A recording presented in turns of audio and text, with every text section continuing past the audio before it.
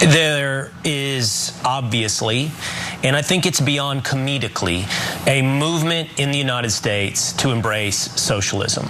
We've seen, for example, a joke of a candidate in Wisconsin still get 300,000 votes, people voting for democratic socialism. But I think the real question, and I think it's a question for you, it's a question for Republicans at large, is this. When a young person looks at their life and they say, you know, I did what America asked me to do. I went to college, I got a job, and I don't think I can afford the life that my parents could afford. Now, whether or not that's statistically accurate, it is a real feeling and a growing feeling. So what is your answer to that young person? Now that's Will Cain on Fox News. And normally we'd stop here and we'd have David and I rip apart that idea of socialism and communism and whatever garbage they're throwing out there. But wait, JD Vance is going to partially do it for us. Let's show you that clip and then react to that. Watch. Our response to socialism, which is a dangerous and destructive ideology, it's been tried in the past and failed. Our response to that can't be just to ignore the economic concerns that I think are feeding this rising interest in socialism. And I guess I would say to that young person that you as an American citizen deserve to have a good life in this country, and you deserve to have a government that is making it easier for you to start a family, for you to afford to get a good education, for you to have a good job, for you to afford a home. And my warning to my fellow Republicans, Will, would be if we don't get this right, don't blame young people for being sympathetic to socialism. We've got to blame ourselves. Wow, David, look at that. So all of a sudden they realize this nonsense talking point about socialism and communism isn't working. They might have to actually do something. It's a little bit revolutionary for Republicans to even acknowledge that. What do you think?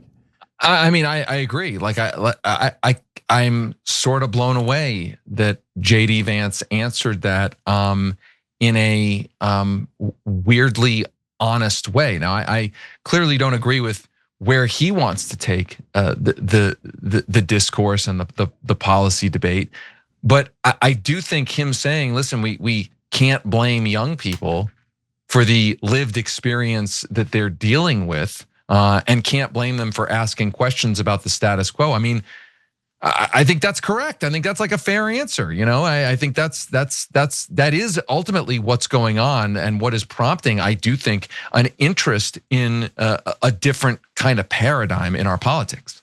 Yeah. So in a little bit, we're going to get to Trump blowing it and undoing that, and Rudy Giuliani and others as well. But let's stay on this for another second. I think, David, that what they're seeing is polling, and that's usually what these politicians react to.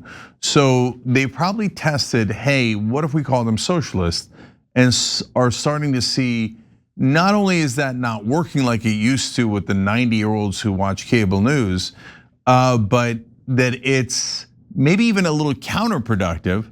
And they are definitely seeing polling showing affordability being a giant issue. And my guess is the third layer of the polling that they're looking at is people being angry at the Republicans for not addressing it at all. So that's why Vance has to come in and has to say that they're trying to address it without, of course, actually addressing it, because that would really piss off their donors.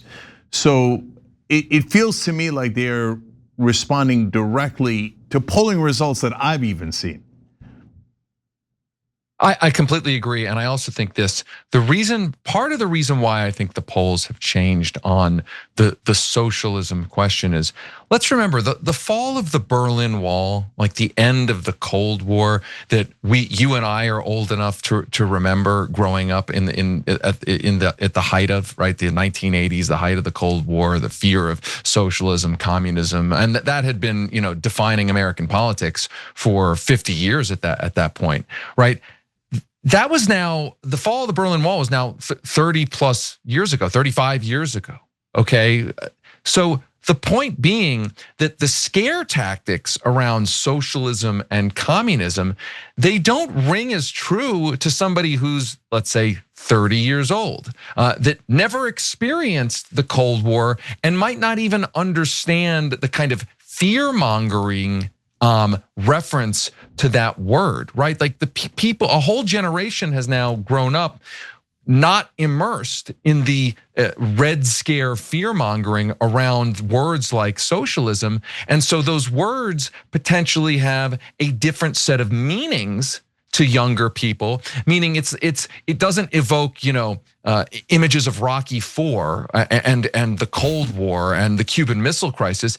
It may invoke now an image of Zoran Mamdani, or the idea of Medicare for all, the idea of a basic social safety net. So I guess what I'm getting at is that the polls themselves have probably shifted because there is a new generation in which the old Red Scare argument does not resonate nearly as much. And I think you'll agree with this. It's less that those younger voters never experienced communism. It's more that they never experienced the propaganda against communism and socialism. That's right. That's right.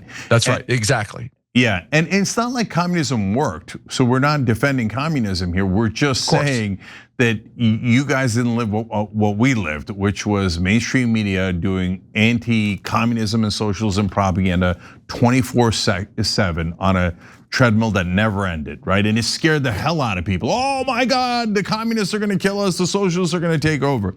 So now, I mean, listen, to be clear, I interviewed Barack Obama many years ago at this point when he was a senator, and he said something to the effect of, look,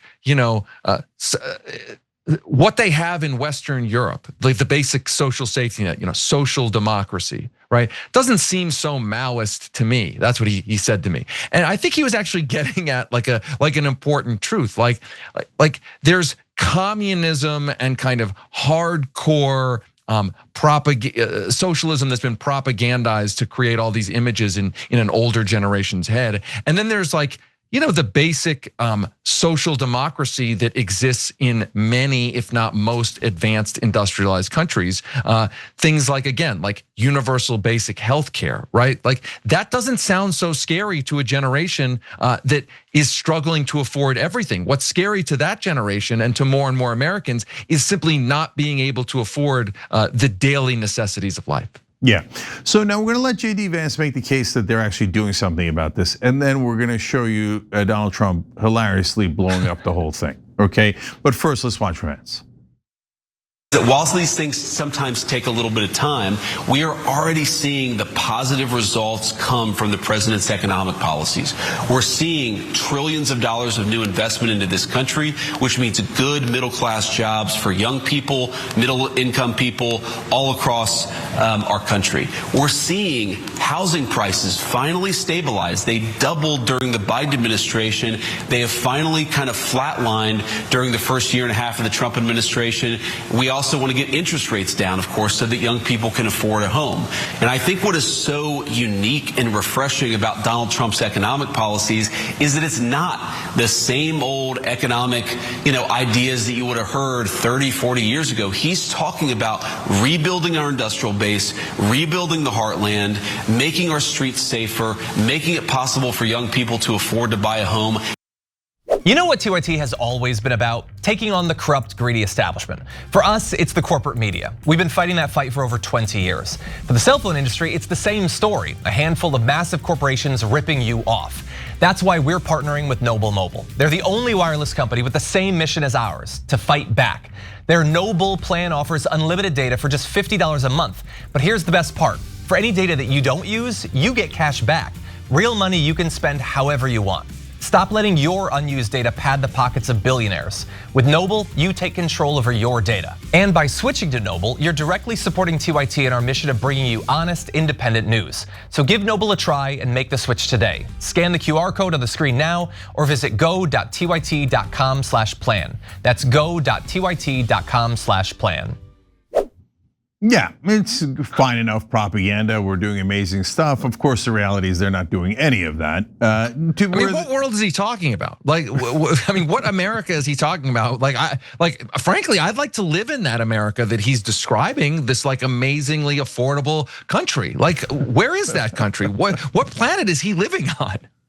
So that's why the propaganda isn't working, because number one, our prices are something we feel every day. It's not like you're gonna trick us about what our grocery prices are, right? Or what gas prices are.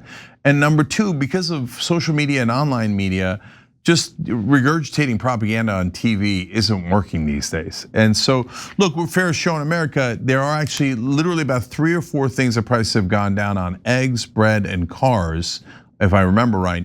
Literally everything else, just imagine anything else, prices have gone up, right? Housing, gas, you name it.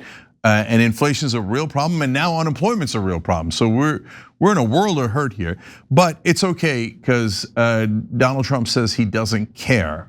He just said that right before we got on the air here. Let's watch.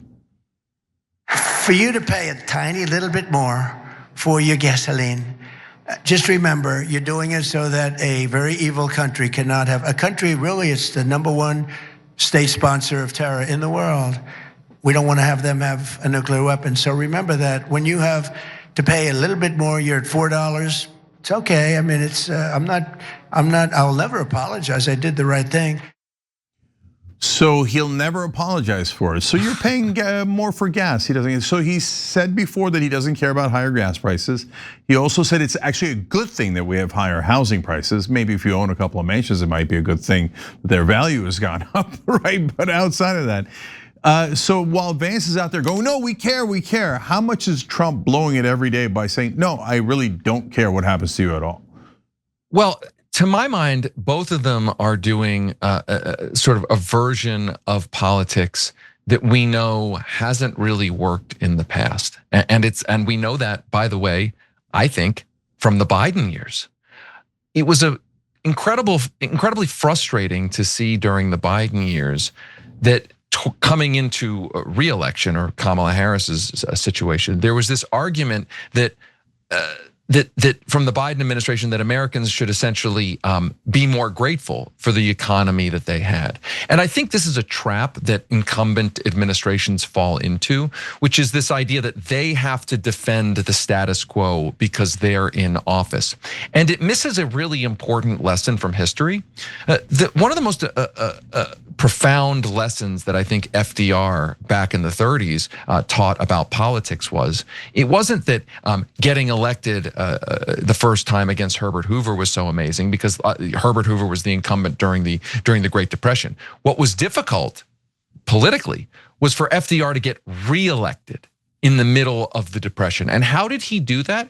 He cast himself as on the side of those who were upset with the economy. He did not accept the idea that he was the creator of the current economic situation. He did not try to defend the current economic status quo. He cast himself as the tip of the spear of the grievance. And so fast forward now, you saw the Biden administration not really understand how to do that, not willing to say, hey, listen, the economy is not so great, and we are mad about that, and we are just as mad as the country is, and the problem is that it's Republican obstruction in Congress preventing us from actually dealing with this problem. Biden didn't do that. A lot of it was simply, oh, Americans are deluded. They should think the economy is better. It's the same situation here. Trump and Vance Trump is saying, I don't care. Vance is saying, actually, everything's good. Neither of them are saying, actually, things aren't great. And we are making an argument about how we're going to make it better. Neither of them are doing that. And I think it's the Republicans falling into the trap of accepting the idea that the economy's problems are an outgrowth of the Republican Party's policy, which it frankly is. But I'm just shocked to see the Republican. I'm not shocked. I guess I'm just. It's amazing that the Republicans aren't figuring out a way to deal with that. They're just defending the status quo. Yeah, but look, as you and I take on the establishment Democrats all the time, and so I think one of the reasons the established Democrats are not good at, whether it's in the Biden era or even attacking these days under the Trump era on these issues, is because generally speaking, they also don't care, and they're also I agree with protecting the donor class. So I agree with that. Like, they don't feel it in their bones. That's why, like Mamdani and Abdul El-Sayed and other progressive candidates are so hyper-focused on affordability, because they don't have to please their corporate donors. That's a really, really good point. And by the way, to go back to the FDR example, right? FDR in 1936, running for re-election, says, essentially, I welcome the hatred of the oligarchy, Like that's how he cast himself running for re-election. Organized money is all against me and I welcome their hatred. He was able to do that because he wasn't relying on their support and their money. And it's the same thing with more successful Democratic populist politicians today who are saying, I'm not accepting the idea that I'm part of the establishment. I don't need to placate donors. And I agree with you that the reason the Democrats have not made nearly the most cogent critique of Trump and the administration on economics is because you're right. The Democratic Party, its leadership currently answers to much of the same owners and donors. I mean, they may be different individually, but in terms of industries, they answer to the same, a certain set of powerful interests that don't want an economic critique, who think that the current economy is basically just fine. And so that's why you've got you don't have much of a discourse, except the discourse, I think, being fueled and coming from the populist wing of the Democratic Party. But that's not a discourse that's happening sort of party-wide. Yeah, for sure. Now let's go back to making fun of the Republicans, because Rudy Giuliani is going to tell you how they're going to help young people in this country with their affordability crisis. I'm kidding. He's going to do the opposite. Let's watch. Look, some folks in this country, the younger generations, are feeling the squeeze a little bit economically. Who cares if they're squeezed? Their grandparents felt the Depression and were pro-American. Yeah, right. They don't have anything like the Depression. They're a bunch of privileged little. Right, you're right. What they really need is somebody like my father to kick the shit out of them. Right. So my point, yeah, right. You're. That's it. And if I ever said the things about America that they said, I wouldn't get much of a chance to say it in my house. I mean, I can't imagine what their parents are like. Right. Oh, they're going to say, a lot of those parents are going, well, I don't know. It's interesting, right? Even I got to credit my parents. I felt like they raised me the right way. I was expected to do chores and work around the house. A bunch of ex-hippies, right? Well, that's also a lot of the parents of these kids are a bunch of ex-hippies, and they were smoking their marijuana, and these are smoking even stronger marijuana. That was hilarious. That's his co-host. I mean, that was amazing. That was incredible. I mean, there's so much there. I mean, first of all, the answer to young people being upset with the economy and the direction of the country is that their parents should like kick the crap out of them. Like that's really pretty old school. And also, I don't know, this idea. I mean, if we actually take what we just heard seriously, what it's trying to do is the old Republican trick of any criticism of the establishment of the current status quo is not only unacceptable, but un-American, is traitorous, is seditious, you are anti-American if you do not like the direction that the country is going in. That's the argument that Rudy Giuliani is making.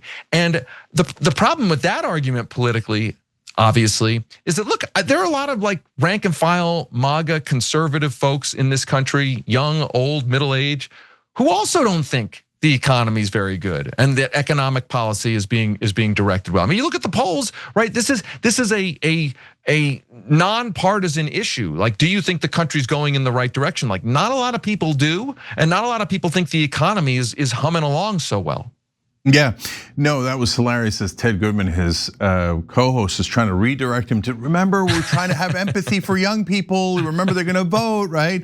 And Rudy's like, yeah, maybe because they're smoking, be even better marijuana these days. That's what the problem is. They need to get their ass kicked. And that way they'll love paying more for gas. It's like there were like so many cliches baked into that. It was like a montage of like pop culture cliches about hippies and their parents. I felt like I was watching an episode of The Wonder Years or Mad Men. Okay, we got one more.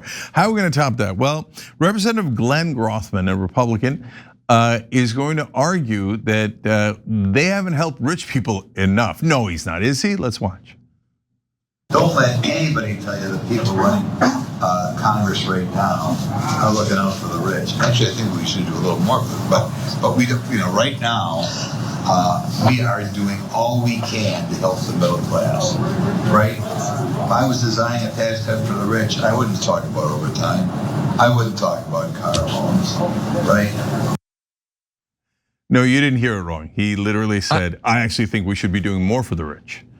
I mean, I don't know which was crazier. We should be doing more for the rich, or we're doing everything we can for the middle class. I mean, does literally one human being in America think that Congress is doing everything it can for America's middle class? I mean, I think if you polled like across Democrats, Republicans, Independents, you might not find one human being in the United States who thinks Congress is doing everything it can to help America's middle class. I mean, and he didn't say that tongue in cheek. He meant it. Yeah, and what do we got? We got a $4 trillion tax cut that largely went to the wealthy. They threw in a couple of tchotchkes for the rest of us, but they expire right away. And the tax cuts for the rich and corporations last forever. Yeah, I mean, how much more could we do for the rich? Like, seriously, like, let's game this out for a second. Like, what else could be done for the rich? Yeah, we've redirected subsidies to all of the corporations. So the jobs of people like Glenn Grothman from the Grothman prophecies, apparently, is that they take bribes from corporations like ExxonMobil and the oil companies, and they steal our taxpayer money and redirect it towards them. The oil companies get $35 billion in subsidies. You've heard me say it 1,000 times. What are we giving them a $35 billion gift every single year? Like, we've got so much money, the middle class is flush with cash. So we just need to give more gifts to the richest people in the country. And then Grothman says, not enough. You should be giving more of your middle class money to the rich. It's just disgusting. And then meanwhile, last thing on this, David, raising taxes on the wealthy polls at 76%.